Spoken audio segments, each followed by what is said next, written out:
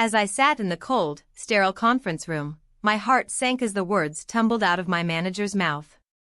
"We're terminating your employment, effective immediately." I was stunned. I had never been in trouble before, and my performance reviews had always been stellar. "What? Why?"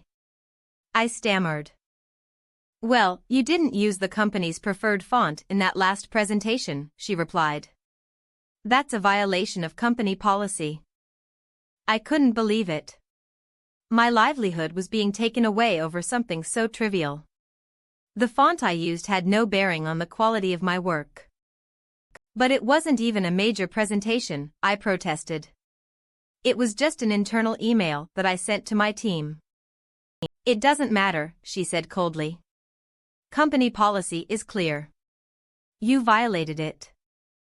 I felt a wave of anger and frustration wash over me. After years of dedicated service, my job was being stripped from me for nothing more than a petty technicality. As I packed up my belongings, my mind raced. I couldn't afford to lose my job. I had a mortgage to pay, bills to keep up with. I tried to reason with her, to appeal to her sense of fairness. But my pleas fell on deaf ears. The company cared more about its rules than its employees. With a heavy heart, I walked out of the office for the last time. I felt lost and betrayed. I had never imagined that I would be fired for such a ridiculous reason. The next few weeks were a blur as I struggled to process the sudden loss of my job. I applied for countless positions, but my prospects were dim.